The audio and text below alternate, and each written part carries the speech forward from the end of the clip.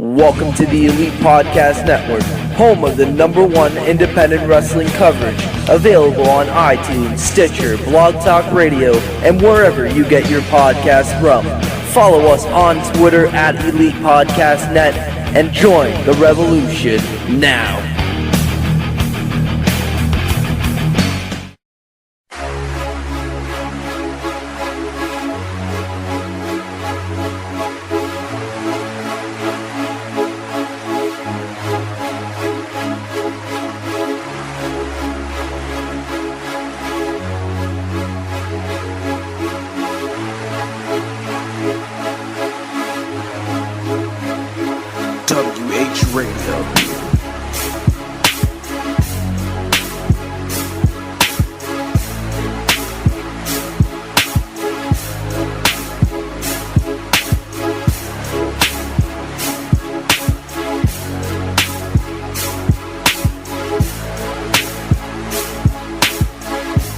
Ladies and gentlemen, welcome to edition of Wrestling Heads Radio. As it's obvious, today's show is recorded, it's pre-recorded. You got myself, I'm Skits, and I'm live here with Tom, and joining us from the Weekly Wrestling Podcast, you got Matt Grant. What's going on? Not much. Another busy week. I can't believe we're in November. I mean, time is freaking flying by. It's insane. Yeah, I'm with you on that one. What a weird, strange week.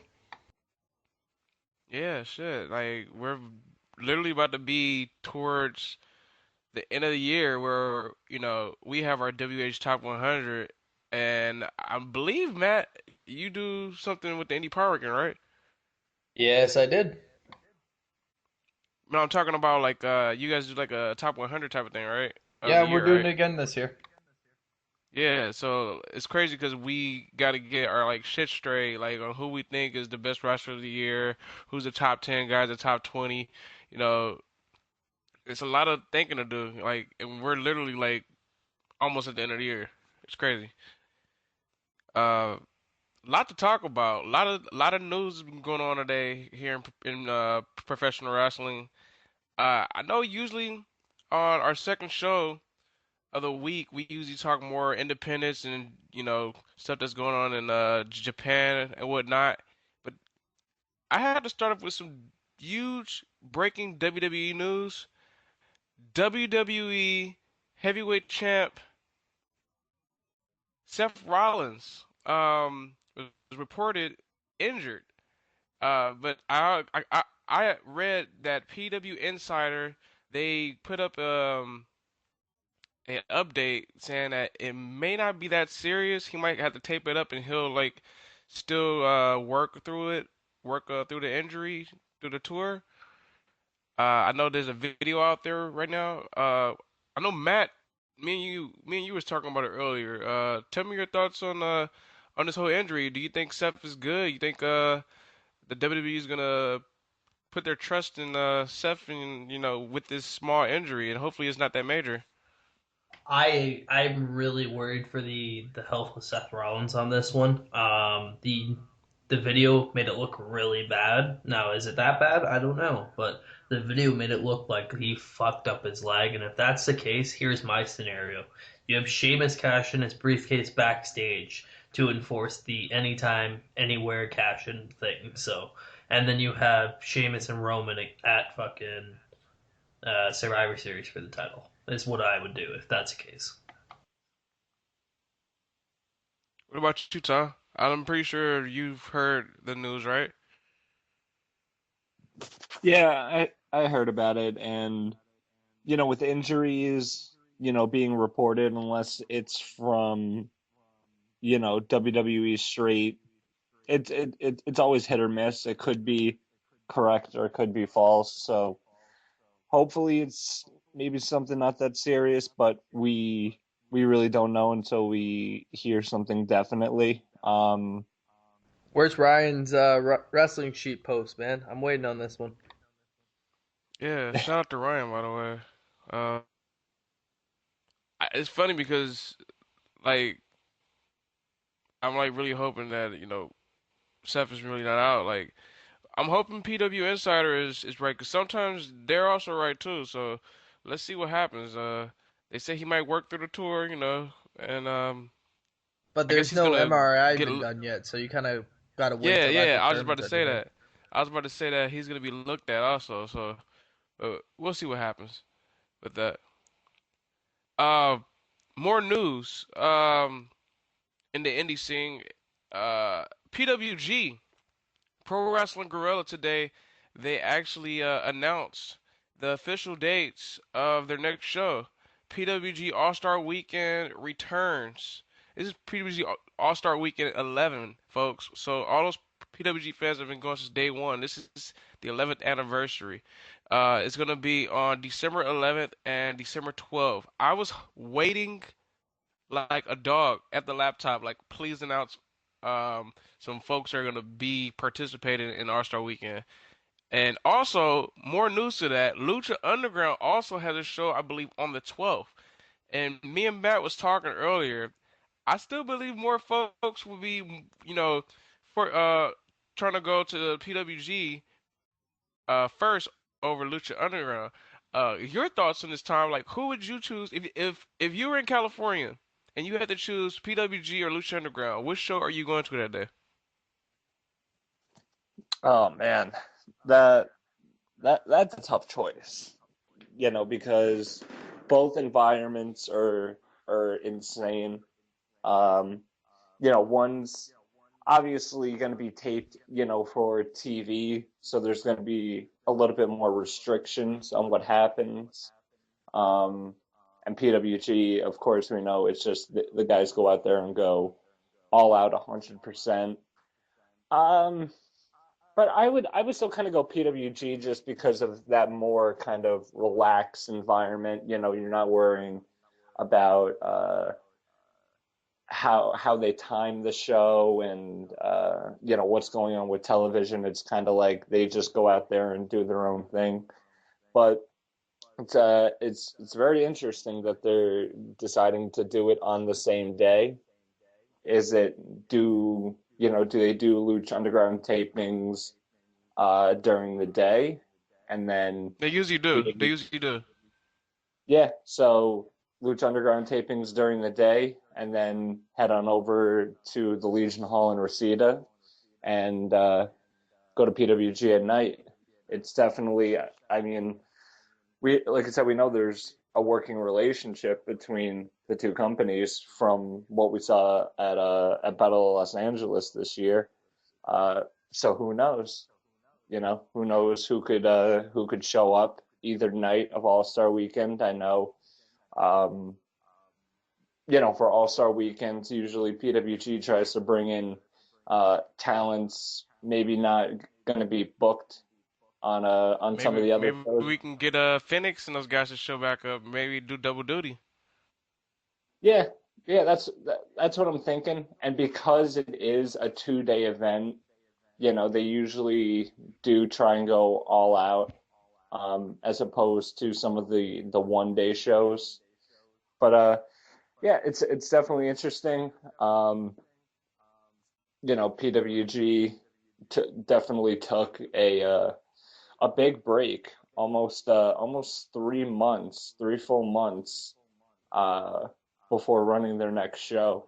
So I think they have something up their sleeve because they wouldn't just not be running shows for that long for no reason. I kind of look Peep back on this my out. argument with Oh, you go ahead. skits earlier on, and I kind of look at it in the sense of you're going to see what happens on Lucha Underground on television in that sense, and you won't see PWG on television. So there's a sense of me that's going like that. There's another sense of me that's kind of going like, PWG. I'm not trying to say that Lucha Underground has bad matches, but for the most part, you're going to see better matches at PWG. So that's another thing. The overall thing is I think PWG is better. The only thing that Lucha Underground, my argument was, I thought because the tickets were free and people wouldn't have to worry about that you know that would happen. But I Peep guess that's not the case. peep this out, though, Matt. If uh PWG has Lucha Underground superstars on their shows on their All Star Weekend, peep this out. Lucha Underground also runs the 14th and the 15th, so they'll be working Friday, Saturday, and Sunday. If we see Lucha Underground guys booked at the All Star Weekend, I wouldn't be it'll be like surprised if we do. it'll be like a bowler for them. Of It would. course, Ricochet is gonna be at PWG for sure. Yeah, I definitely expect that to happen. Should be a very interesting All-Star weekend. Before we get off the topic, I actually tweeted out earlier to our followers on Twitter, and I said, official PWG and Lucha Underground, they have a show on the same day. Well, which show are you going to? And it's 82% votes for PWG, 18 for Lucha Underground as of now. So we know what the fans want to do, but we'll see what happens. Yeah, and it's like it's definitely tough because like I talked about when Lucha Underground was putting out episodes, they're the best wrestling show on television. I really don't think there's another wrestling show that comes on. I mean, a lot of people do praise New Japan on Access TV, and that's really good, but maybe it's because I've seen all of it already, so I don't really watch it. But like I said, Lucha Underground, it's something so different and so cool. So it really doesn't matter which you would pick. Like if you went to Lucha Underground, it's not like you'd be getting less of a show than if you went to PWG. You're still going to get an amazing show. So it doesn't really matter. It's just crazy that they happen to be running, on the same weekend. And like I said, we'll see what happens. We'll see who shows up where. Who knows if maybe some PWG guys maybe make their Lucha Underground debut. Who knows? Speedball Bailey. Um, Speaking of Lucha Underground, also, since we're on the Lucha subject, we all know Ezekiel Jackson, aka Big Rick, in Lucha Underground. It was rumors that he's gonna retire or whatnot, and according to Pro Wrestling Sheet, I guess he's done with Lucha Underground, and it's because I guess they weren't using him as much as he expected them to use him. So I think it's a good move, for him to leave because honestly, I just like with Ezekiel Jackson, he wasn't being used like that, whatsoever. Like in the beginning of the season, if you watch the season, folks, he was used a little bit, and then they started to fade him out of the whole storylines. I think this is a good move for him, but I don't know what's next for him because I don't see anybody signing him unless it's TNA. And now that was kind of buried. I always thought that Big Ezekiel Jackson, I always kind of thought he honestly really didn't fit into Lucha Underground that well. When first of all, when you have a guy like Cage who's a top guy in AAA and a top guy in Lucha Underground, to have another big muscle guy kind of in there, and I like I said, I don't want to make it sound like I'm insulting Big Zeke, but Brian Cage is younger and more athletic, and I think has more to offer than Ezekiel Jackson. So it's like, they're going to choose Brian Cage over someone like him. They can't push both those guys because they're gonna want to keep the lucha action as high flying as possible. I just always thought he really didn't fit in there. It was cool for a couple weeks, but you could tell in some of the matches that he was really kind of out of place. I'll definitely agree in the sense of him being out of place, but I don't think he really had anything like any bad work. I think when the crew burned him with the cigar, I thought they could have ran with that and kind of went with it, but they kind of, as Skit said, kind of dropped the ball with it and just didn't really continue with it. Yeah, that was a good storyline. That was I believe I was there live when they taped that one. they could have did something with it, but they definitely dropped the ball. And good luck to Ezekiel Jackson. 'Cause from what, according to Finally Oscar, ECW I guess he champion. start.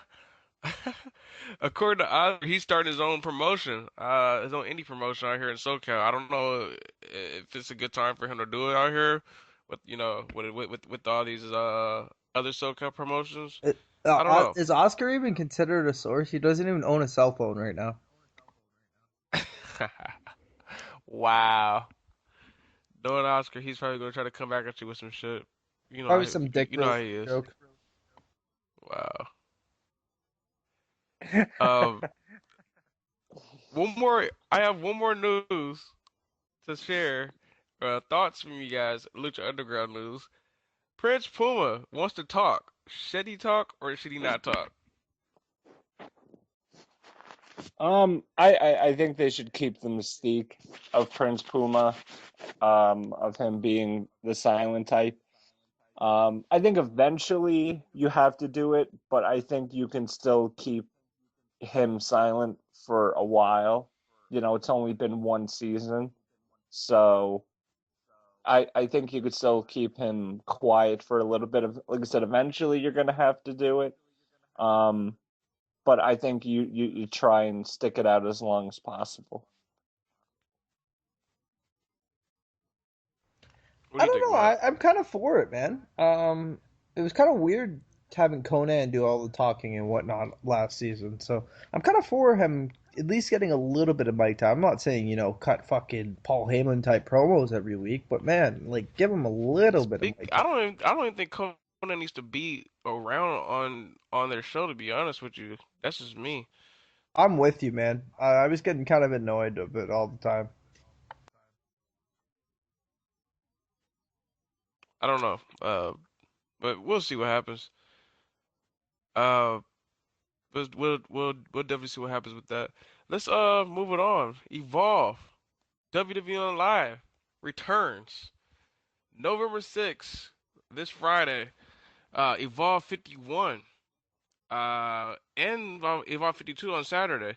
Um, let's talk about the cards, shall we, guys? Let's go. All right. Main event for the Evolve Championship match. Timothy Thatcher puts his title on the line against the whole shebang himself, Johnny Gargano. Got to stem from Uh, the last Evolve shows where Sami Zayn endorsed Johnny Gargano as the face of WWN Live, and then Timothy Thatcher having a bit of a problem with it, confronting Zayn the next night, and Zayn kind of told him that he had to put up the Evolve title against Johnny to really prove himself as the man in Evolve. So that's where this match stems from. Should be a good one. Yeah, it's definitely a good story. Um, we know what's going on with Johnny Gargano and NXT, and the whole story of Gargano being, basically the face of Evolve for, a couple of years now, and now it's Timothy Thatcher coming in and breaking in, and like I said, 2015's been such a huge year for Timothy Thatcher, so it's a good story. It should be a good match. I think Timothy Thatcher's a lot more technical, but Gargano, I think, is a lot like a guy like TJ Perkins in the sense that he can go out there and kind of mix it up with anybody. If it's a high flyer, Gargano can go out there and high fly. If it's a technical guy, he can go out there and get technical. If he needs to do a brawl like he did with Ethan Page, he can go out there and brawl. So that's just one of the benefits of Johnny Gargano and why I think he's one of the best on the indie scene, how well he's able to adapt to the different variety of opponents that gets thrown at him on the indie scene. It's funny that you bring that up because me and Travis Dustman, cheap plug, were talking about this on the Indie Power Rankings reveal the other day, and talking about how Johnny Gargano is literally one of the most consistent workers on the independent scene. He's always going out having good matches, and like I said, very, very consistent work at Johnny Gargano. So I'm totally on the same boat with you. So my question is to both of you guys: who takes his win? I think Thatcher takes his win. You know, with Gargano also doing work with NXT, I don't think you have your Evolve champ, you know, do work in NXT and also do work with Evolve at the same time. That's just my opinion.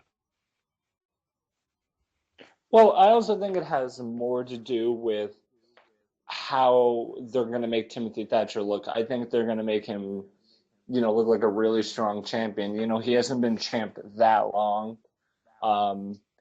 Especially in consideration to some of the titles that guys have held. How long did Johnny Gargano hold that Open the Freedom Gate title? I think he held it for like 500-600 days. I think they're really going to make Thatcher look like a really, really credible champion. And if you're going to do that, you can't have him just lose the belt because people are going to be like, wait, he just won it. What would be You the know, point of him I losing it? I have a prediction though. Drew Galloway is making a return. I think Drew gets involved in this one. You got to keep in mind. I don't know if you guys have seen the video yet. I just seen it as I just before saw it. before we Page. went on. Yeah, before we went on the air here, Ethan Page apologizing to not only Johnny Gargano but the entire WWN universe. So, what is that going to have an effect on this weekend's events? We're gonna have to see. Now, listen, we talked to Ethan Page, and we're going to be doing it again very shortly, which we'll talk about more later. But if I've learned one thing from watching Ethan Page on the indie scene, it's not really to trust what he says. He'll say one thing and then he'll do another, but that's just all ego. That's just how he is. I don't know, man. I even asked him about it, and on a personal level, he got really serious. Hey, listen, if he wants to, he can put on that poker face just as good as anybody. He'll go around, shaking hands, kissing babies, but when the opportunity is right, he'll take his shot, no matter what the cost. That's just me. I don't know. Like I said, we're talking about all ego here. I think he's going to try and do whatever it takes to be at the top of it all. And I mean, and also another thing is, for so long, Evolve built up Ethan Page as this big time heel. Do you really kind of turn him into a baby face that quickly? I don't know. Should be very interesting to see what happens, regardless.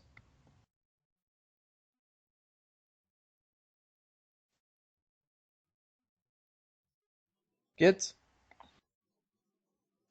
Yeah, we'll definitely get more thoughts from him once he comes on next week on the 11th. So we can get his thoughts on this Evolve on these matches. We'll see where his mindset is. So, but let's go to the next matchup. Next match, coming off suspension, Drew Galloway versus Caleb Conley in a grudge match. All I know is I want to put over Caleb Conley. He's such a great heel right now in Evolve. Uh, and Drew Galloway, another guy to put over. Like, he's been putting hell of matches on ever since he's got released in the WWE. Maybe that was a good thing. Sometimes things like that are good, and he's out there killing the game. Like, ever since he's start working with Evolve and WWE Live, he's just putting on money matches. Got to give both these dudes props, and I know both these two would put on a great match. But you got to give Drew that win on his return from his suspension. Yeah, I think you do too. It is a little bit tricky because of how strong they have been making the Premier Athlete brand, and Caleb Conley in particular look the past couple months. We've really seen kind of Caleb Conley coming into his own. We've seen him in a lot more singles matches. kind of getting away from Anthony Nese just a little bit. So it's going to be interesting to see how they do kind of book this.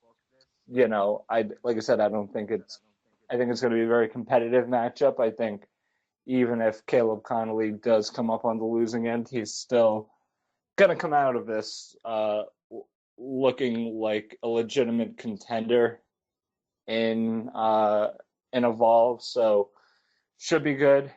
And like you said, Drew Galloway has been on fire. Another guy. It was good to see him in PWG for Battle of Los Angeles. Talk about. I remember watching the previews and talk about sticking out like a sore thumb. Drew Galloway. You never really realized it in WWE because the guys are so big there.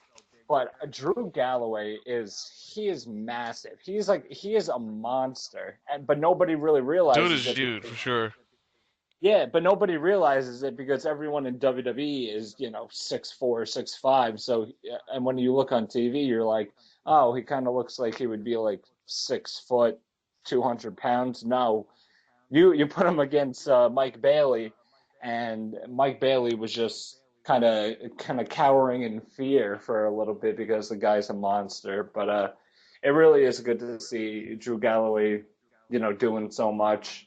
I think he's just getting started too. I think he still has a lot to offer to the North American independent scene as well as the UK independent scene as well. I think there's a lot that could be used by him, and the guy also possesses a ton of knowledge. So to even get a piece of information from Drew Galloway would be a benefit to any independent wrestler.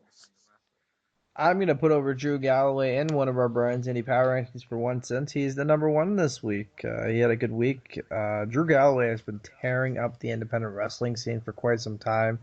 Really enjoying his work, and like you just brought up, Battle of Los Angeles, my first ever time seeing him in action, and very unique stage as, he took on Mike Bailey, then he was involved in that weird 10-man tag match, but he fit in very well, and I'm looking forward to seeing him more on the independent scene. From what I've heard, I haven't seen the Drew Galloway Mike Bailey match yet. Matt, that was definitely a hell of a match. Yeah, but from what I've heard, it was a great match, and a lot of people were saying, it's been done in wrestling how many times? The bigger, stronger guy against the smaller, kind of more athletic. I didn't want to say flippy guy, but I guess you could say that. But from what I've heard, it was kind of like one of the best big guy versus little guy matches that anybody's ever seen because those guys just went out there and told a great story. So I look forward to seeing that. Which, by the way, people, PWG, their big DVD sale is up. 5 DVDs for $40. It's not even bad. That's perfect. Perfect, people. The only thing is, you can't get the Bull DVDs out of it, so. You can't? No, they're not offering it. Huh. I think they will eventually, because last year, when they first went up, like all I have to say is wait to Black Friday. Yeah, I think eventually they're going to be put up because the DVD sale goes until what is it, New Year's, I believe. It's like a couple of days out of New Year's. After New Year's, they stop the sale. So they keep adding DVDs, week by week. So I just keep an eye out, people. If you've never seen PWG, perfect opportunity right here. Even if you're a big PWG fan, I bet you there's DVDs you've never picked up before. So, get on it, people. ProWrestlingGorilla.com. Next matchup, special challenge match. Usually special challenges, when I see special challenges, those are like more technical type matches. Am I right? Yeah. I mean, we've seen it's just the name that Evolve uses. there's really no stipulation. There's nothing really to the match. It's just kind of like a specialty match that you're going to be getting. It could be high flying. It's nothing really in particular. Well, we got Drew Gulak going against Matt Riddle. Please tell me I said his name right. No, it's Matt Riddle. I was gonna say Riddle at first, and I don't want to fuck up. Keep it real. I honestly I don't know too much about Matt Riddle, so I just want to say I apologize, He's a folks. former UFC star, and they just actually released a match of his against Chris Dickinson from the last Evolve show. So he's a pretty decent talent for being as new as he is to the professional wrestling business, and this should be a good match. Evolve has been really stepping up, bringing in new talent and whatnot, and it seems to continue on these shows. So props to Gabe and Cure. Yeah, and I think this is kind of the perfect matchup for Matt Riddle in the sense that Drew Gulak is the type of guy that can make a guy who's as green as Matt Riddle look really good. That's one of the things we don't really talk about with a lot of the more experienced veterans on the indie scene. They'll put on great matches, but when they need to, they'll make other guys look really good. And that's one of the most important things in wrestling that really doesn't get talked about a lot, is making your opponent look just as good as trying to make yourself look good. Like they always say, whenever there's a great match, it takes two to tango. You can't have one guy putting on a great match and the other guy not getting anything in. So I think Drew Gulak is really going to try and accentuate Matt Riddle's strengths. Obviously the MMA background, this is going to be very technical, a lot of submissions, a lot of strikes. So I think this is, like I said, one of the better matchups for Matt Riddle to have, to start making a name for himself and evolve. And Drew Gulak is a guy who can go out there and get the best out of him. Drew Gulak's one of the best technical wrestlers in the world today. So it's going to be interesting to see how this one goes. And it's definitely, like I said, it's very interesting. Like Matt said, Gabe definitely adding some new matchups, and that's what I feel like Evolve has been in 2015. 2014 was a lot of repetitive stuff. I feel we saw a lot of the same stuff, a lot of the I feel like same Evolve's been on guys. fire. Yeah, I think 2015 has definitely been a big turning point for Evolve in a positive direction. So it's great to see too, because they've put on some great shows all year. As opposed to 2014, where I think they only had like a couple of good shows. It seems like consistently, month after month, Evolve is putting on quality shows. So it's great to see. All right. But I see Drew definitely going over for sure. It's a must. I mean, I don't see Matt getting this win. Drew's like he's a WWN live veteran. Uh, Matt's still kind of a rookie.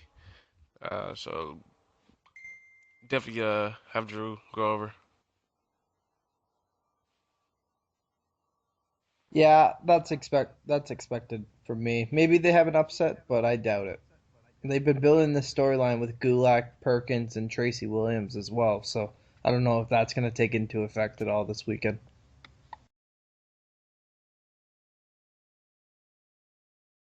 I don't see Matt Riddle getting that big win yet.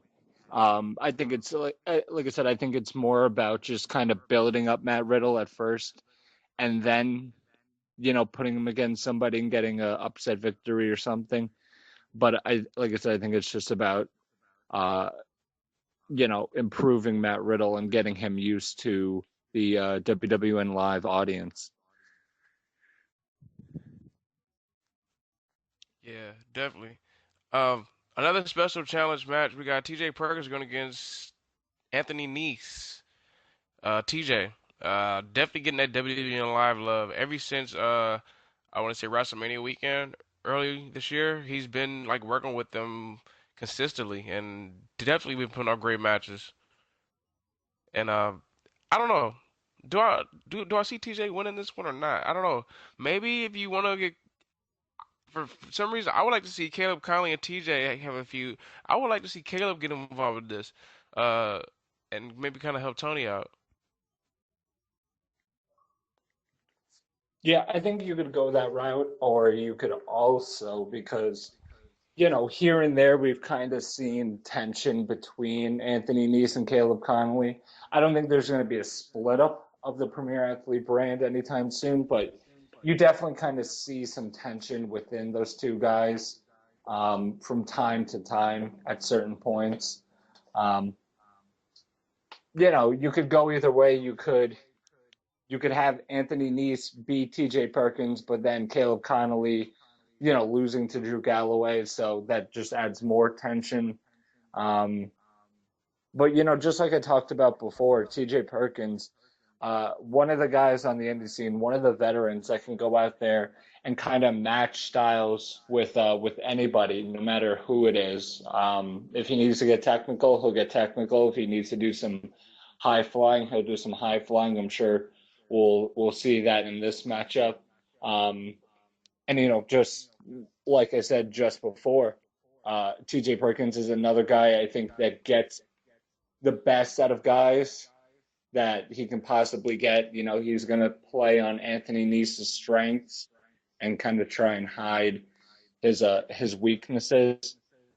So we'll see how the match goes. I think it could be a good one. I do worry though. It's one of the matches that I'll see once in a while that I'll be like, that could be good, but if it's not given enough time, or if there's a stupid finish, things can go wrong pretty quickly. It could become boring. And it's one of the matches that, and it's nothing against Anthony Nese, but it's when Anthony Nese is good, he can be good, but if Anthony Nese does one wrong thing, it kind of seems to affect the whole match. So let's see if he's on top of his game. I'm sure, like I said, with what's going on with Evolve and WWE, guys are kind of stepping up more, trying to step up their game and bring more stuff out of their arsenal that we haven't seen before. Yeah. Did you want to throw some thoughts in there, Matt? Nothing that hasn't been said, man. Should be a good one. And of course we got Tracy Williams going against Martin Stone.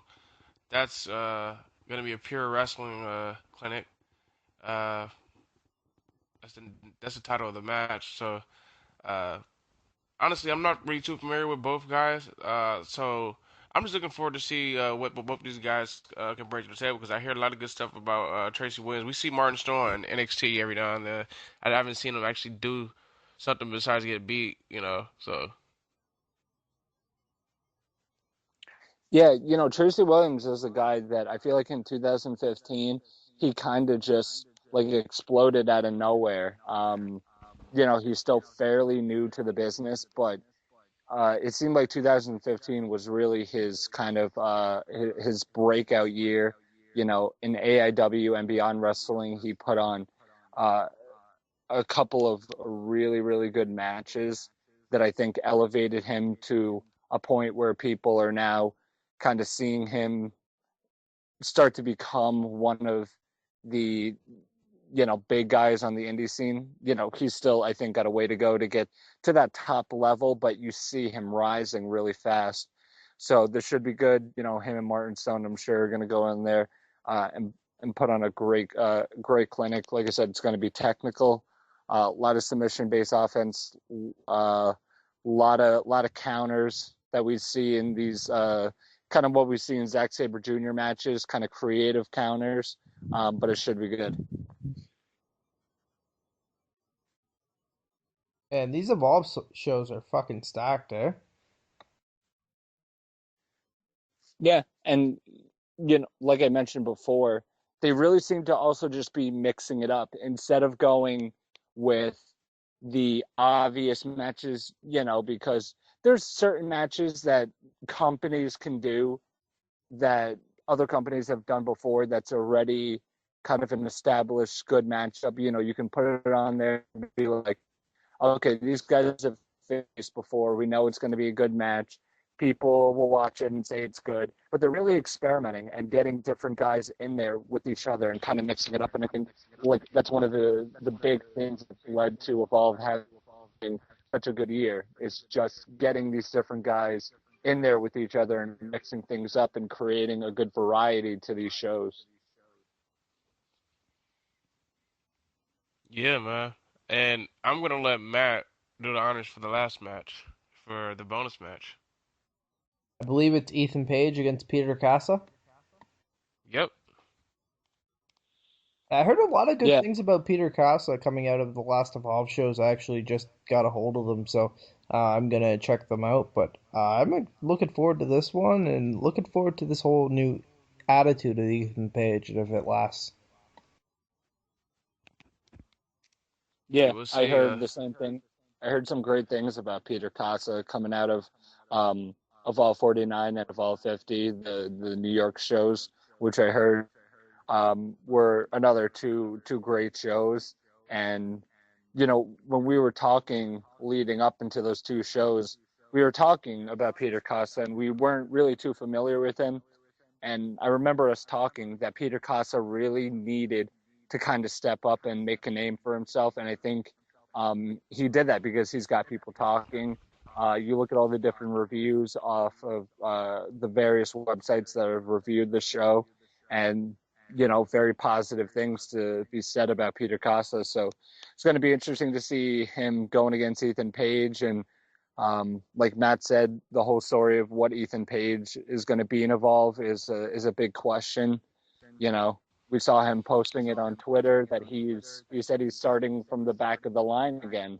So we'll see what happens. Should be good though. Should Yeah, be very, very interesting.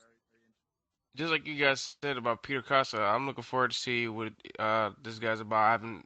It's my first time ever hearing about him, so I'm looking forward to see what he's gonna bring to the table. Because to be honest with you, I remember when I went to the PWG Mystery Vortex, I believe two, a guy by the name of Trevor Lee came out, and I'm like, who is this guy?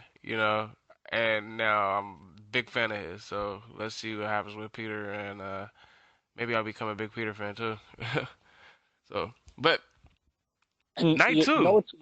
what's Oh, go ahead. crazy? Before we get to the next show, it's crazy that this show is stacked, and we're missing Trevor Lee, Mike Bailey, and Andrew Everett on the show. Imagine if those And guys Chris were on the Hero. show.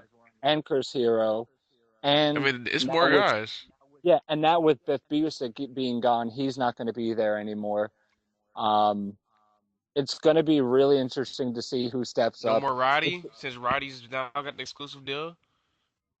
Yeah, it's really really going to be interesting to see how Evolve, who they bring And in. who's Like I gonna said, step up? No Trent.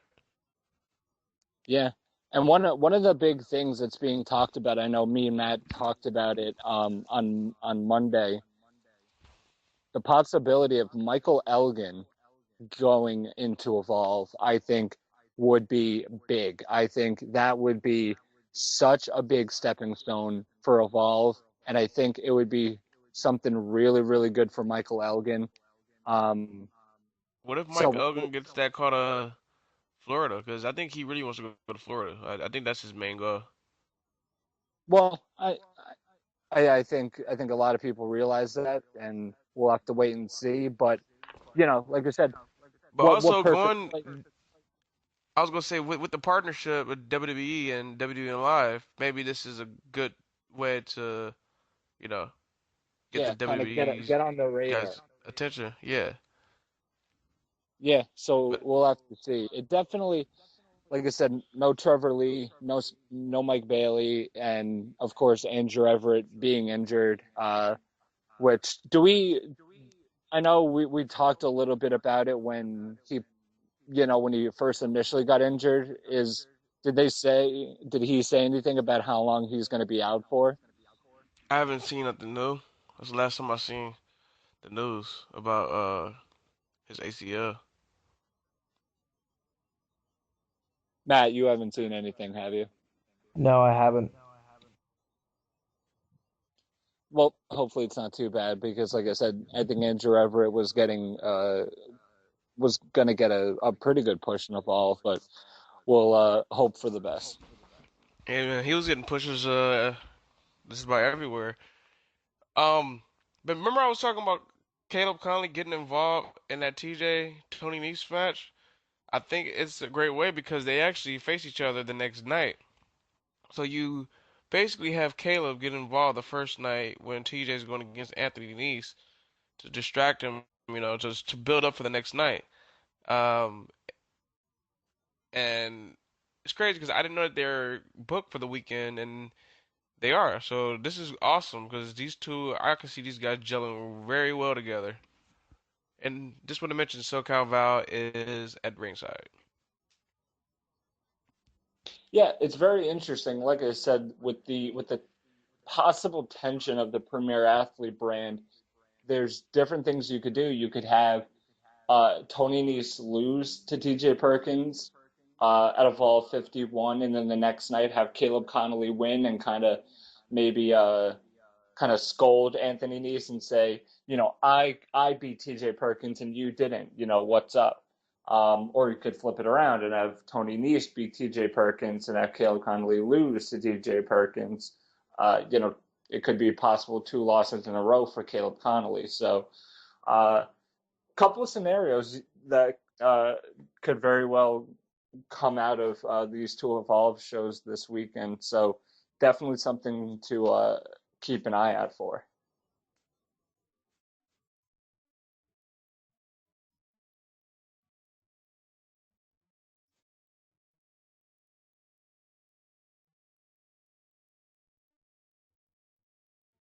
Skits.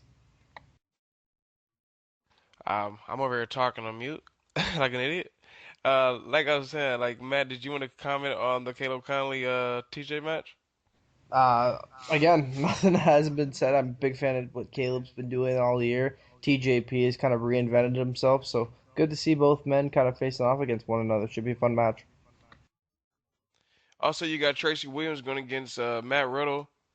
Um, Again, like we just mentioned, you guys said Tracy's on fire, and we're going to see what Matt has to bring to the table. So let's see what happens with that. And we were kind of talking Uh, about Gulak and the chance to kind of carry Matt Riddle through a match. It's kind of the same thing with Tracy Williams. He's a protege of Drew Gulak, so kind of going to see the same thing with this match. Yeah, and it's Also, like I said, I think Gulak and Tracy Williams are gonna really try their best to get the best out of Matt Riddle. This weekend, Matt Riddle going against 2 technical guys is really gonna play on his MMA background. It's really, he's not gonna have to do something he's not really unfamiliar with. It's not like he's going against like a high flyer and he's gonna have to go out there and kind of work with their style. He's used to, that technical aspect, the submission-based offense that Tracy Williams and Drew Gulak do. So, really smart booking by Gabe this weekend, especially after, just debuting Matt Riddle at the last Evolve shows, and then getting him in there with these 2 guys is, I think, really going to help showcase Matt Riddle and kind of gain him the experience necessary to start getting into the swing of things. speaking of good bookings, Johnny Gargano.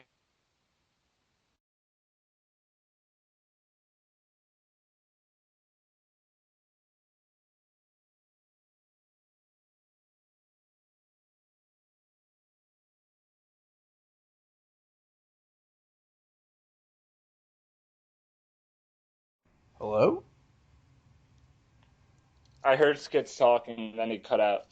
Yeah, you cut out for me too. No, Skits? I said speaking of rematches, Evolve 35, Johnny Gargano and Drew Gulak. Talk about rematches, guys. and great bookings. Oh yeah, without a doubt. Gulak and Gargano have gone in there before in multiple promotions, and tore it up, and expect no different from this one.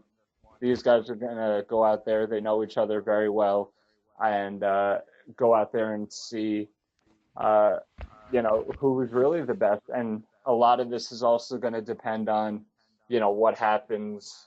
At Evolve 51 on the previous night, what happens with Drew Gulak versus Matt Riddle, and then what happens with Gargano and the Evolve Championship match.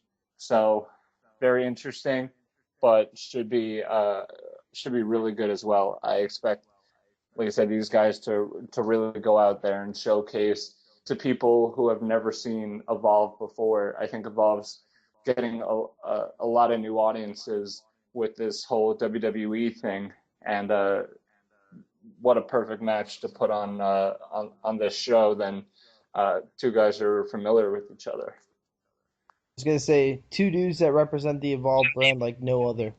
Johnny Gargano, Drew Gulak. I'm really looking forward to this one. Probably two future NXT stars too. I wouldn't be surprised if these guys get signed maybe early next year. Wouldn't put it past me either. I'm totally with that. Gulak and Gargano are that good. Speaking of, like, we were just talking about good bookings with WWN live. Um, Before we go into the main match I want to talk about, let's talk about these next two matches, and then we'll get into the main event. We got Tony Nese with SoCal Val, and he goes against Peter Casa. So we'll see how these two work it out. Just like you guys mentioned earlier, we guys heard a lot of good things about Peter. Um, Basically, we just got to see what he's gonna bring to the table this weekend. Yeah, and it's also an opportunity, like I said, for guys who may be questioned by some of the fans. Some of the guys kind of who aren't at the top level of Evolve yet, to really kind of step up and showcase that they kind of belong there. So it's definitely going to be, I think, a crucial weekend. Um, I think one of the things that's really gonna one of the things about Evolve, it's always hit or miss with their crowds, and I think we all know how important crowds play into So matchups. like, there's a lot of misses with their crowds because, to be honest with you, I was disappointed when I went to the Evolve shows WrestleMania weekend. They weren't up to par like I was expecting, and they have great talent. Yeah, and that's the thing is, when they go to New York, they'll have either a great crowd or a quiet crowd. When they go to Florida, they'll either have a loud crowd or kind of quiet. So it's always hit or miss, and that's one of the things that's always kind of been a problem with Evolve, is getting that consistently loud crowd kind of involved in it, because having that energy in a match really, I think, is kind of, what's the word I'm looking for? It's so crucial. I mean, you look at PWG, and imagine if PWG was putting on the same matches, same quality matches, same everything. They basically do put on some of the same matches. No, yeah, and I'm saying, but imagine if PWG was doing that, but in front of a dead crowd. Imagine how much different it would look. Imagine how much different it would feel. The great thing about PWG is the environment, is the Reseda Hall, is that you have 500 fans going absolutely apeshit over everything. The smallest things. And it's hot as fuck in there too. Let's not Yeah. forget that. Yeah, and that's the thing is that the PWG crowd is just known for being one of the best crowds and really helping guys either make it or not in independent wrestling and really adding a lot to the matches.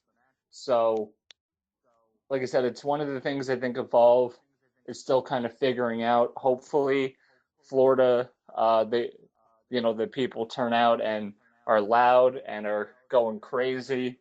Um, so we'll see. Yeah, hopefully Peter can work in front of this crowd and the crowds behind him and can help get this guy over. Next match, Ethan Page versus Lua Rush. Is that how you say the name? I believe so. This is somebody else I'm pretty unfamiliar with. Yeah, another person I'm not familiar with myself, but like we'll have to see what this Lua Rush is all about. We know what Ethan Page is about, so that's another bonus match that Page is a part of. Looks like he's gonna be going over both nights if you look at who he's going against. I would say if you looking at the storyline and you want him to start from scratch to get back to the top, this is it.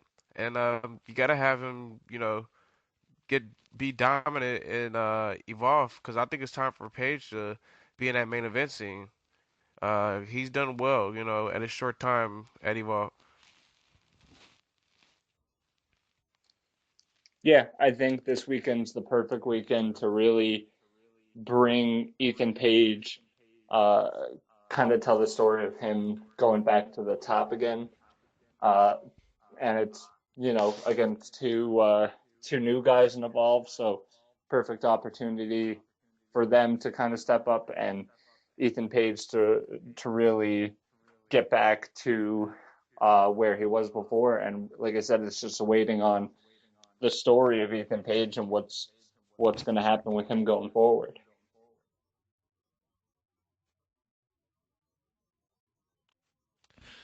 All right. In the main event, Timothy Thatcher versus Drew Gulak rematch. This match is gonna be very physical, brutal, and pretty sure it can get a little technical. It's gonna be all a little bit of everything.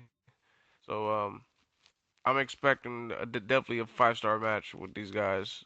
Match of the night for sure. Yeah, definitely. It's going to be one of the most versatile matches. Going to see a lot of different things being showcased in this match. Really looking forward to this. Definitely, definitely. Matt, are you still with us? I am here. Johnny Gargano and Drew Gulak, you said? Or, sorry, Timothy Thatcher and Drew Gulak? I totally zoned Timothy out there. Thatcher and Drew Galloway. Oh, Thatcher and Galloway. Wow, rematch for the Evolve title. That should be a good one. And hmm, that one's gonna be tough. It doesn't say belts on the line, just a rematch. So Oh, non-title rematch. Oh, that even leaves it up in the air even more. Yeah, it's going to be interesting because, they're playing on the whole suspension storyline of Drew Galloway. Um, and, they really made Timothy Thatcher to kind of look to be this, ruthless, cold-hearted type of wrestler. So it's going to be interesting to see how this is booked and what happens going forward. A lot of stuff they can do. definitely, dude. I'm definitely with you guys on that one. But that's our Evolve talk here. Here on Wrestling Heads Radio. Let's go ahead and continue with some more talk. Ring of Honor, ROH tonight. Tonight on ROH TV. Uh, they had hell of a fucking bookings. One hell of a main event. I didn't get to catch the match yet, but I will be checking it either tonight or tomorrow. Adam Cole, baby. Kyle O'Reilly and AJ Styles in a triple threat match. Three of the best wrestlers in the fucking world in one match. in one promotion in a main event, TV main event at that. All I have to say is, just by hearing those three names, it's like, wow. Like, am I gonna watch this match, or I'm gonna watch the other main event on the other show, which we'll talk about later. But just want to tell folks to, if you haven't watched it yet, and I hope you DVR'd it, on demand that shit and check it out. Also, the Young Bucks were in action tonight as they went against Silas Young and his tag team partner. I'm not familiar with this guy, to be honest with you guys.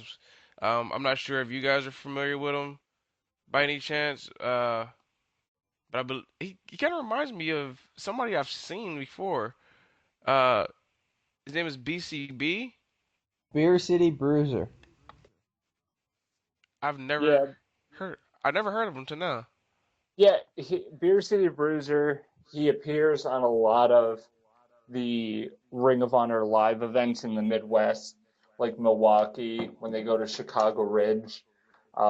He kind of makes an appearance. He'll do like a random match.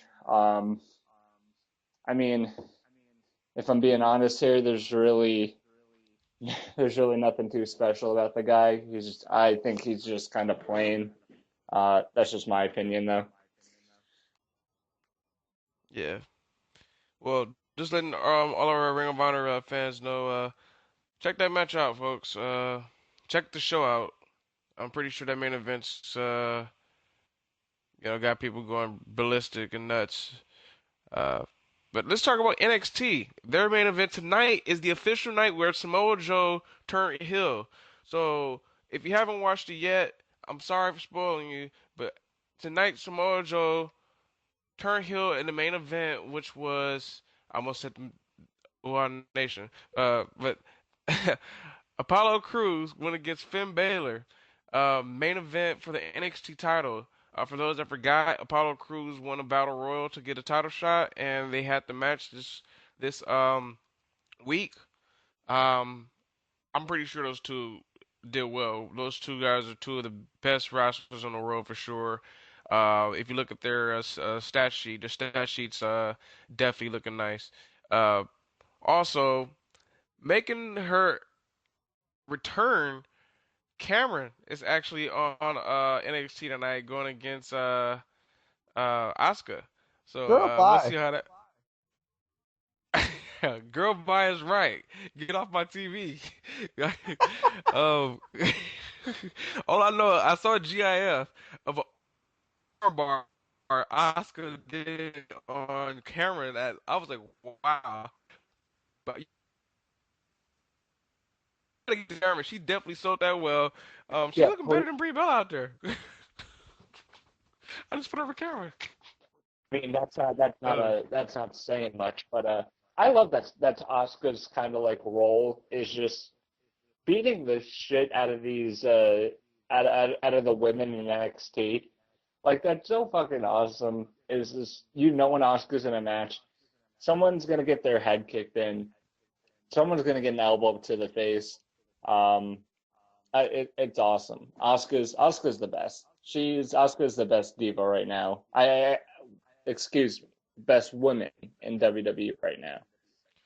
Speaking of Oscar, since we're on the Oscar subject and we mentioned Samoa Joe, there was questions: will the WWE call up Samoa Joe on the main roster? Well, I guess the WWE's plans is to keep Samoa Joe and Oscar both down in NXT for a while. They don't have no plans for them at the moment. They want them to basically help their up and coming people, like a Basically, be Dana the Brooke. cornerstones of the NXT brand. Basically, they want to help. They want them to help people like Dana Brooke, Baron Corbin, um, names like that. Help out their future. You know what I mean? But I'm pretty sure we will see Samoa Joe and Asuka both on the main roster soon. But as of now, since NXT is really not as stacked as it was before, because like guys like Kevin Owens is on the main roster, Adrian Neville, Bo Dallas.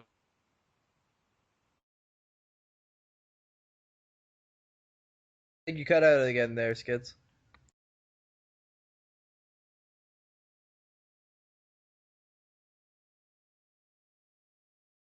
somebody will get a main event push, and then the next thing you know, they're up on the main roster. So you need guys like Samoa Joe and Asuka to get the fans to keep coming to the live events and the shows and to keep people watching.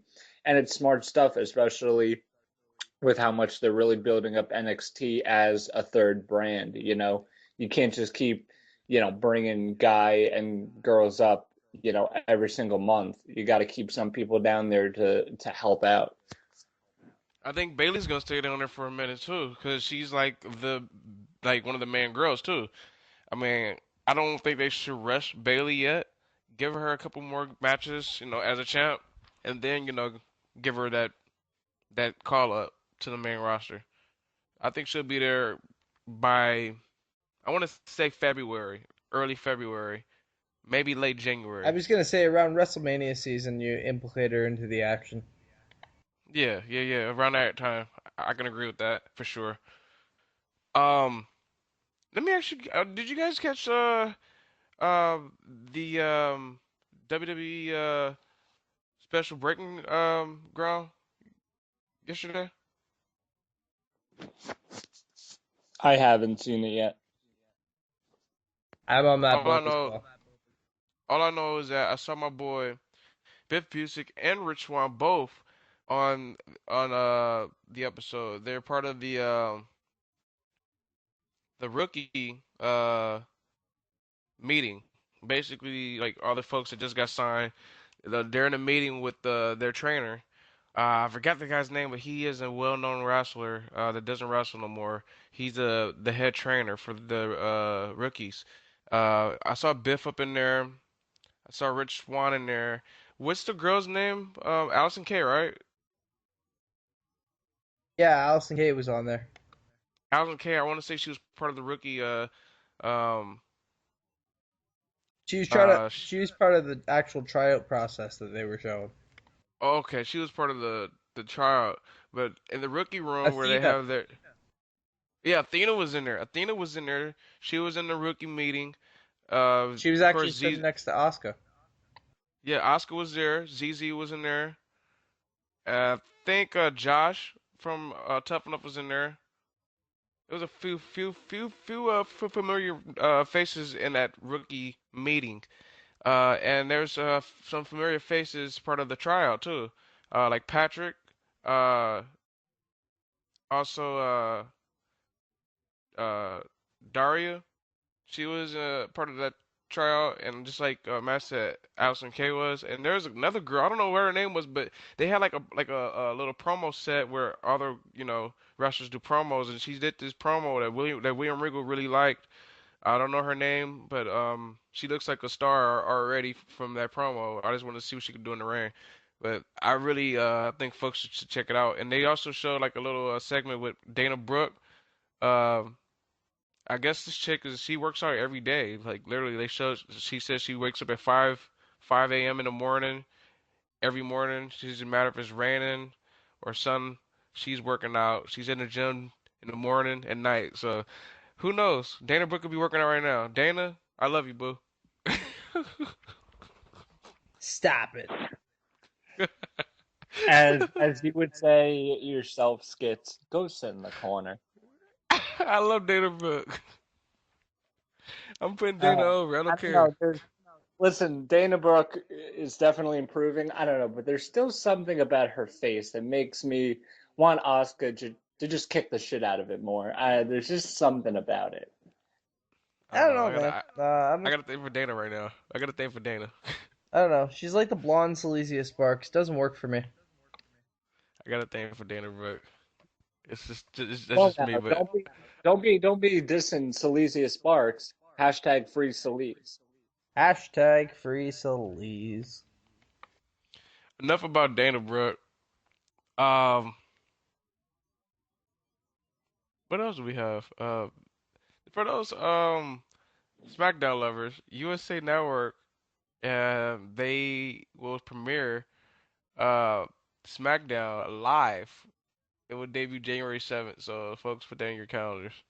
Yeah, put the date on your calendars to not watch SmackDown because it's gonna stay irrelevant, just like. SmackDown, we have some good matches. It's Ty- still Tyler, going to be it's gonna be a Tyler Breeze had his debut there. Damn it. yeah. And it tells you what they think of Tyler Breeze. Thank you, Tom. Thank you. Hey, it was a good debut, by the way. Anyways, enough of that. Going What on else? going on this weekend. Also, we got a New Japan Pro Wrestling Power Struggle. It's going to be going on November 7th. Probably early in the morning. I'm not sure exactly the official start time.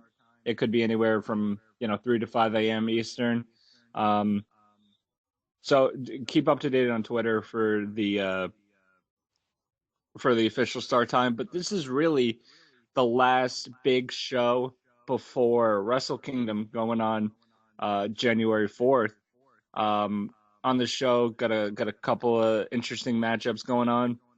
Let's talk about the card. I have the card right here too.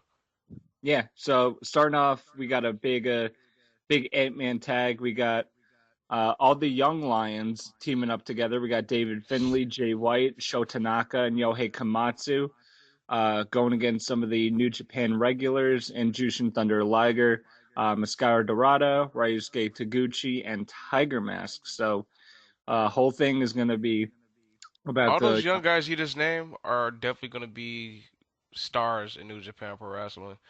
Like David Finlay, we saw what he did at the IWGP Junior tag tournament.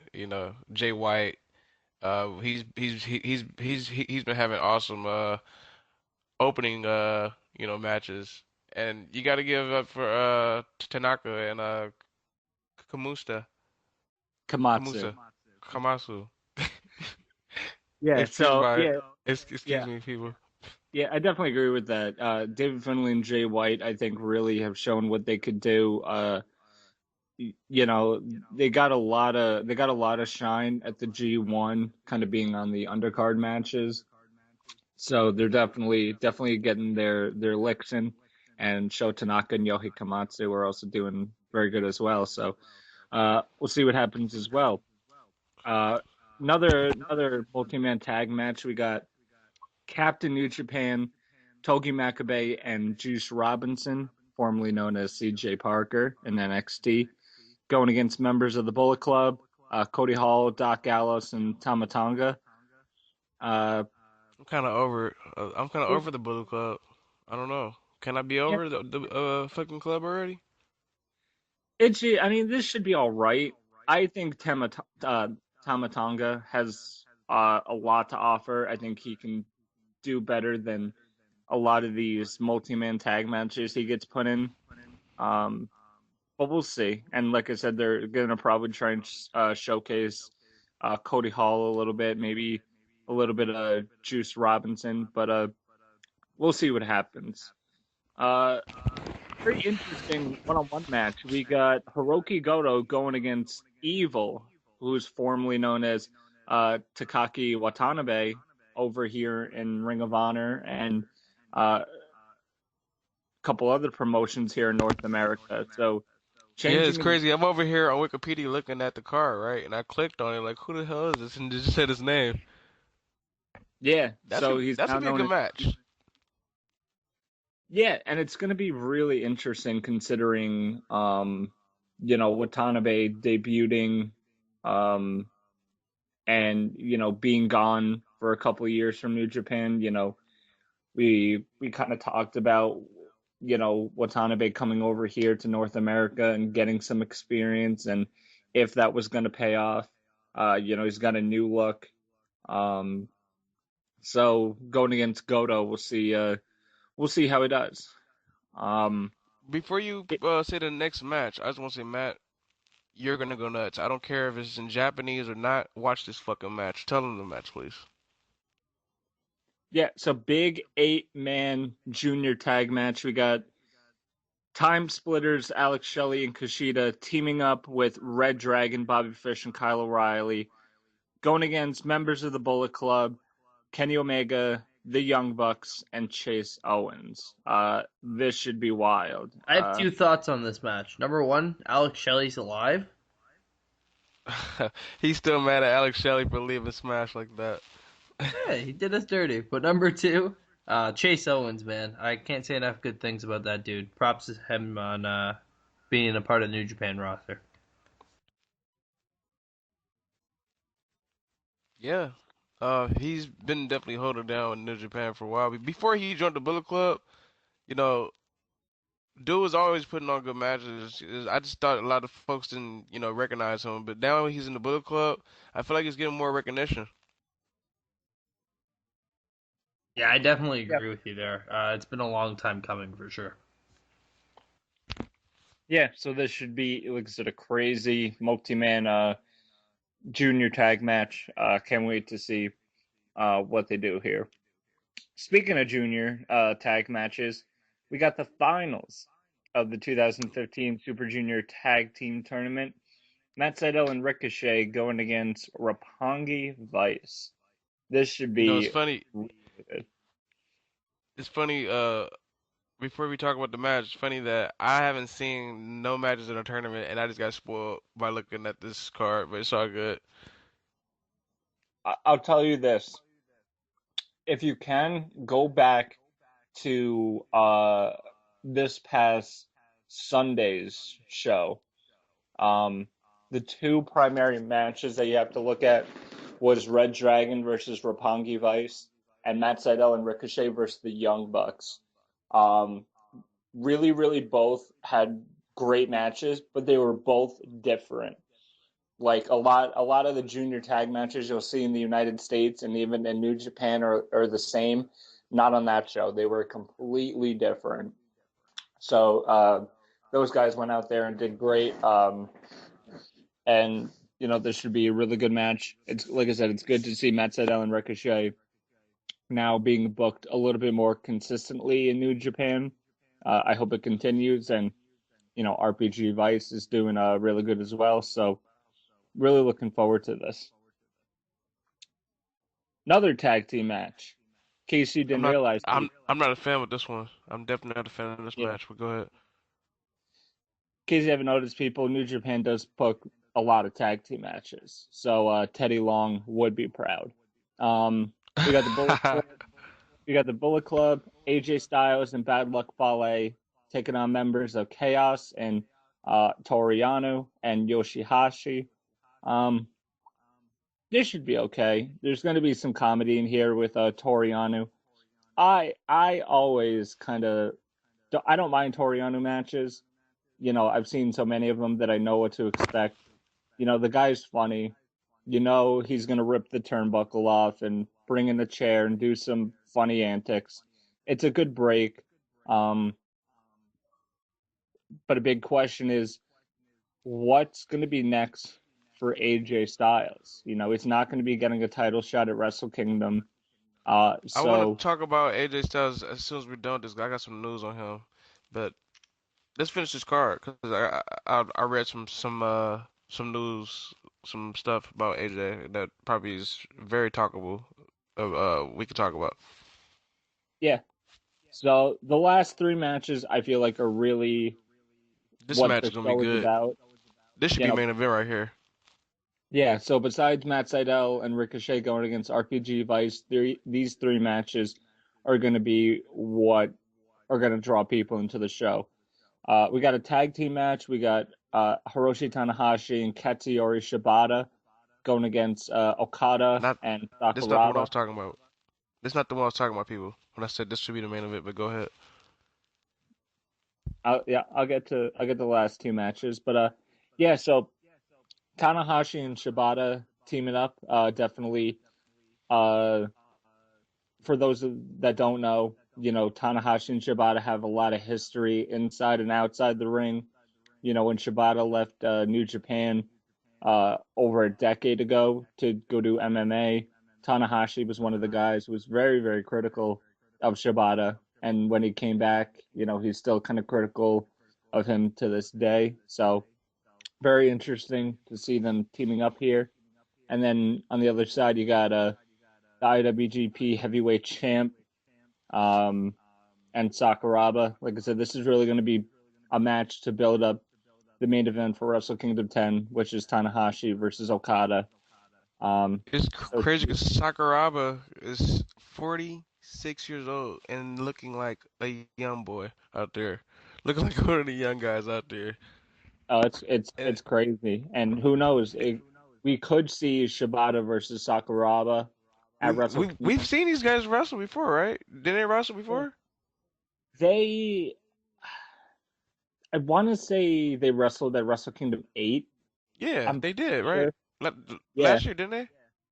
No, last year was Suzuki and Sakuraba, and Shibata and Goto beat You're right. You're right. You're right. You're right. But I feel like I've seen Carl these guys Anderson and wrestle Taka. before. I feel like I've seen Yeah, them wrestle before, though. yeah, they have. They have in years past. Ever since Shibata came back in 2000, they actually teamed up for a while. When Shibata came back to New Japan a couple years ago, but it should be good. So let's get to the title matches. We got the Never Openweight Championship is on the line as Tomohiro Ishii defends against the man of many headbutts, the man of the Kokeshi, the biggest underdog in Hanama. Hanma, Tomoaki Hanma. This should be really good. Earlier this year in February, these guys put on a fucking clinic, a 5-star match, and I expect no different here. And I'm just happy it's Are not you Ishii. shocked that? Are you shocked that Hama's in this match? You know, because usually he's usually like in a match to lose. You know, he's like usually getting jobbed out. I'm not surprised because ever since last year's G1 when Hanma replaced Ibushi, he's been so over. The guy is one of the most over people in New Japan. Every single night, people are going crazy for him. Every time he does the Kokeshi or the headbutt, people are going nuts if he misses or if he hits it. You know, at Wrestle Kingdom 9 last year when he hit that top rope Kokeshi for the win, it was a big deal. You know, when he got one win at the G1 this year, he got such a big reaction, like he won at like he won the world title Wrestle Kingdom. It's crazy. So I saw that they were starting to really build him up as a legitimate threat instead of kind of like a joke. They were really starting to push him into the different title scenes, and they also needed a different change of pace. It's been Ishii versus Maccabi. We've seen them go at like 6 or 7 of the major shows in 2015 this year. So thank God that match isn't happening. I was getting so sick of it. I was sick of it by Yeah. by the third or fourth time. But this should be really good. Do you And of think course, Ishii still retains? Because he's been holding that belt and losing that belt and getting it back for a while. yeah, and it's the same thing with Nakamura and the Intercontinental title. He'll lose it and then gain it back and then lose it. So I think Speaking of he the IC retains. title, I have a big question about the IC title. Let's go ahead and get into that match. Yeah, so I think Ishii wins it, but they could very easily put the title on Onma to get a big pop and something big for the show. But yeah, main event for Power Struggle, IWGP Intercontinental title on the line. Shinsuke Nakamura going one-on-one against the Machine Gun, Carl Anderson. Uh, so I am so fucking happy that Carl Anderson is main eventing a New Japan show. The guy deserves it so much. I've said for so long that the guy is too good to be in tag matches with Doc Gallows. He is too good to be in tag matches show after show. This guy deserves. I'm kind of over with him and Doc tagging up. I know they were great together, but I think Doc maybe how we mentioned Cody Hall. Maybe Cody Hall and Doc can start be that new tag team, part of the Bullet Club. Yeah, or you could do Doc Gallows and Tamatonga. But if you're gonna do the big guys, Cody Hall and Doc Gallows might make sense. But like I said, I've been waiting for Carl Anderson to get one of these big matches for years now. You know, Carl Anderson shines year after year at the G1 because he's doing one-on-one matches. And, you know, when Carl Anderson needs to, he can hang with the best in New Japan. He can hang with Tanahashi and Okada and Nakamura. So, really, really looking forward to this main event. Yeah. I So, wouldn't mind seeing Carl as IC champ. what was your question you had about this match? Yeah, I was saying, do you give Carl the IC title since, you don't have a top guy in Bullet Club as your main that has one of the big belts? Have Carl Anderson hold that belt, since AJ might be leaving soon, which I want to get into, which we can probably get into now. So I guess AJ recently was just on the Taz show, Taz podcast show, and it mentioned, would he work with NXT or WWE? He said, whatever's good for my family. Do you see AJ possibly going to the WWE? I don't know. It depends on so many things. You know, it's not like a clear-cut yes or no. There is a very good possibility that he could go. You know, now that guys like Samoa Joe and James Storm and a lot of these guys are getting signed, and I figure really there's not a lot left for AJ Styles to do in New Japan. You know, he's won the IWGP Heavyweight title twice. You know, that's really good for anybody, especially a Gaijin or a foreigner. So it's crazy the amount of success he's had in the short amount of time. So, they can keep him there for a little bit longer, but there's really nothing else for him to do. Go ahead. There's another source close to New Japan that says Styles says, I guess he also heard rumors of, speculations. Talent in New Japan believes Styles doesn't want to go to the WWE, and that there's nothing to the, rumors. If there is a time for AJ Styles to do anything, I think now is the time and place to do it, especially with what's going on at NXT right now, especially how they're trying to build a brand, and especially how realistic I should say how indie storylines can get. So I wouldn't be surprised, say, if they did sign AJ Styles, if we get an AJ Styles Finn Balor feud. Wow. Bullet Club leader versus Bullet Club leader, huh? Yeah, and I will say this. If AJ Styles does sign with WWE, I don't see him being in NXT very long. For the simple fact that it's not, like guys like Samoa Joe, they're going to really build on his name in NXT, and they're really going to try and draw people in.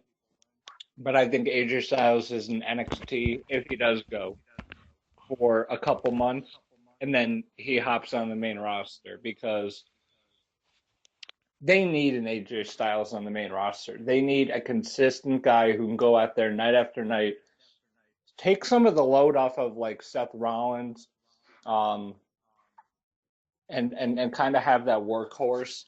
I'm gonna not to cut you off, but I'm gonna totally disagree. Just in a sense of we talked about like guys like Kevin Steen and Prince Devitt and all that shit. Doing this kind of same thing where they're not down in NXT for long. I really think if you bring AJ Styles into NXT, you could build the brand around him. He could still be making the money that he wants. I think it's a win-win situation, especially considering NXT doesn't travel as much as the WWE main roster. Maybe. I you know what? I'll say this. If you bring in AJ Styles, it doesn't matter what you do with him, as long as you make him look like a star. So if you make him the face of NXT, fine. bring him up to the main roster, make him a world champion, fine. It doesn't matter. I think as long as just don't make him look like a joke. And so far they haven't really done that with guys like Samoa Joe and I was gonna say, don't make him a Solomon Crow. That won't happen. Don't remind me. That's so disappointing. So disappointing. Thank God he's young. I'll say that. Thank God he's young. So yeah, it's like I said, it's very interesting because there's also, you look at a guy like Kenny Omega, and what are the reasons that Kenny Omega loves Japanese wrestling. Like he said before, he never wanted to go to WWE, and he was in their developmental system for a while. But he said, he hated Bill DeMott. But now that Bill DeMott's gone, at any time there's a possibility that Kenny Omega can come to back to the United States and possibly sign with WWE. I don't think it's gonna happen. But it's a possibility. I know this is TV. But from watching the Breaking Ground show that they have going on, it looks pretty legit now without Bill DeMott. The way I'm just calling Prince Albert because that's what just popped up in my head. From the way he coaches is pretty simple. He doesn't yell at his guys. He'll keep repeating himself, but he doesn't really yell. Like the people that are really yell and get pissed is guys like William Regal. Like he got pissed. I guess because everybody kept not listening. He like, do I have to repeat myself? Am I speaking in English? Like it's really not that bad. Like I guess as he used to. So I don't know. Anything's possible in professional wrestling because I still think the Young Bucks are still gonna make it. I was just about. It's funny that you go right back to that because I was just about to say, the Bucks are only locked down with Ring of Honor for a short period of time. A year is not really a long time. So, will things change between now and a year for the Young Bucks? Will they, still be as hot as a commodity as they are now? Probably so. So, it's gonna be interesting to see the next few years for the WWE and who they start picking up on. And yeah, talk about guys that possibly could come to the WWE. I personally think that we just talked about it. That he's getting a main event match at a Power Struggle, but I feel like if Carl Anderson doesn't really get a legitimate push in New Japan, I feel like he could come to the WWE, especially like we just talked about with having Albert down being as the head coach on an NXT. And let's not forget his best friend. Yeah, like I said, Carl Anderson and Albert teamed for years in New Japan, so Albert knows him very, very well. I think Carl Anderson would be a very good fit in WWE. Like I said, he's making good money in New Japan, and I think that's really the only thing. But he's also talked about that he would go to WWE and how he wants to be a main event guy. And plus he's best friends with Finn Balor, so yeah, so like I said, it all depends. I would say if Carl Anderson wasn't getting this main event match at Power Struggle, there's a really good chance that he could come to WWE, but because he's getting it, I feel like New Japan maybe is kind of giving him some incentive to kind of stick around. But yeah, it's going to be interesting to see who WWE really brings in next. We've seen them bring in so much talent from the indies. We've seen them bring in, people from Japan. So it's going to be absolutely crazy to see who they could sign next. I'm hoping, NXT's going to the UK in December. Take a look at all the talent that's over there. Any one of those guys could get scooped up within a matter of days. So who knows? definitely, man. I know. There's been a rumored card for Survivor Series. Just gonna throw it out there. Not gonna get too in depth with it because we'll probably talk about more on Monday. Of course, you got Seth Rollins and Roman Reigns going at it. Dean Ambrose, Kevin Owens is rumored to having. Cesaro, Stardust rumored to having. We've seen Stardust in the crowd this past week on Raw. Dolph Ziggler, Tyler Breeze, of course, we've seen their feud going from SmackDown and Raw. Swagger and Del Rio had their little, you know, face off in the back this past week on Raw. The New Day, Usos, and the Lucha Dragons. So that's possible, or it can be New Day and Lucha Dragons, or it could be Usos versus Lucha Dragons. It's gonna be somewhere like that. I said let's go with three-way, if anything. And of course, there's talks about Taker and Kane going against the Wyatts in 2-on-4, or is it possible they say Daniel Bryan and Sting join Taker and Kane? That's possible too. But we'll all talk about that more on Monday. Just throwing out, the projected card for right now to the listeners right now. To let you guys know, today me and Tom actually came up with a actual name for this second show. Because for those that know, majority that we talk about is independent wrestling, Japanese wrestling. We even throw some WWE talk. So we said, hey, how about we call it Random Wrestling Recap?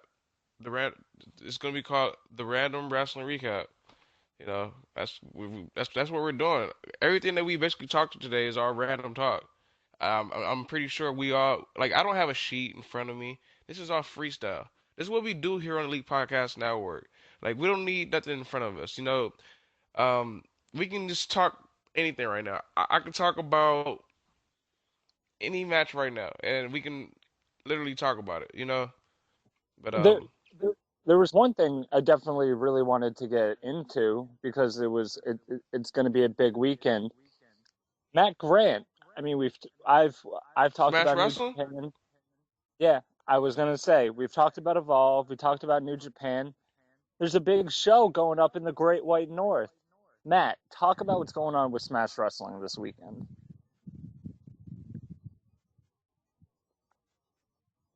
So Matt doesn't want to put over Smash when we actually talk about Smash. Damn, Matt, you still there? he's there. He's probably playing 2K. Matt, get off of 2K. You're bummed. Well, until Matt comes back, cheap plug, people. Elite Podcast Network tomorrow, live on the Elite Podcast Network Blog Talk Radio uh, channel. I want you guys to do us a big favor. I want you guys to take a listen to Let's Talk by the Cooler sports show. You got you got Laurie, Matt Laurie and Alma, the two hosts for the show, as they come on the Elite Podcast Network, make their debut as they talk about sports. I believe the topic that they'll be talking about tomorrow is the top prospect in hockey. I think the guy's name is Connor McDowell or something like that. I guess the guy he's out for the season. They'll be talking about some football. Take a listen if you guys like sports. And Hey, Skid, stick to wrestling. I'm over trying to put a cheap plug because we actually called you, but you weren't listening. I had to take care of some business. Well, since Matt's back, but everybody go take a listen to Let's Talk About the Cooler tomorrow on the Elite Podcast Network. Give them some love.